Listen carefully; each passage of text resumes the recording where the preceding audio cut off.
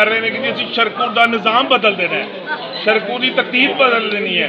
तो फैसबुक जाके वेखो, उन्होंने एक जनाजगाह अपने इलाके नहीं दी।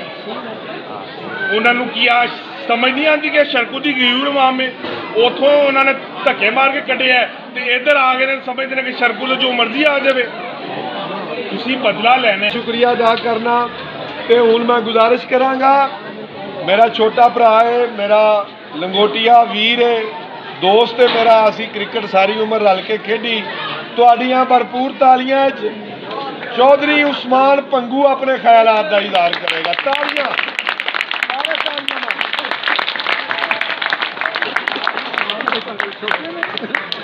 बिस्मिल्लाहिर्रहमानिर्रहीम।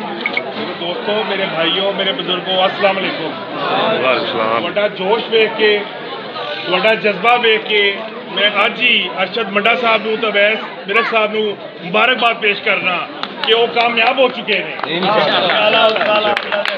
हाफिज सलमान साहब का, अपने दोस्तों का शुक्रिया अदा करना कि उन्होंने मैंने इत्थे दावत दी थी, तो तुहाडे अज आके मैंने बड़ा फखर महसूस हो रहा है। मैं चंद गुजारिशात तुहानूं करांगा।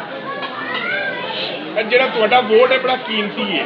तुहाडे इस वोट तो कामयाब होकर 20 बार पंजाब असैम्बली ते कौमी असैम्बली जाता है। तो तुसी ये एहसास कर रहे हैं कि जिस उम्मीदवार नूं तुसी पंजाब असैम्बली या कौमी असैम्बली निकालते हो, क्या आया वो इस लायक है, तुहानूं इज्जत, तुहानूं मान दे रहा है कि तुहाडे नाल मजाक कर रहा है। तुसी वेखना है, किसी होर ने नहीं वेखना। बड़ा अफसोस ही होता है इतने अजकल ऐसे कैंडिडेट आके कर रहे हैं कि जी शरकूर का निज़ाम बदल देना है, शरकूर की तकदीर बदल देनी है। तो फैसबुक जाके वेखो, उन्होंने एक जनाजगाह अपने इलाके नहीं दी। उन्होंने किया समझ नहीं आती कि शरकूर की गयूर अवाम में उतों उन्होंने धक्के मार के कटे है, तो इधर आ गए समझते हैं कि शरकूर जो मर्जी आ जाए। तुसी बदला लेना है, जुल्म का बदला लेना है जो इस अवाम नाल होंदा आ रहा हमेशा तो। जो वोट की असल, मेरे वाला साहब हाजी तुखार पंगू साहब इस इलाके जो 85 ते 88 एमपी हुए सन, तो अज तक जो स्कूल या जो काम उन्होंने किए ने रिकॉर्ड है शरकूर की तारीख अज तक किसी ने नहीं किए।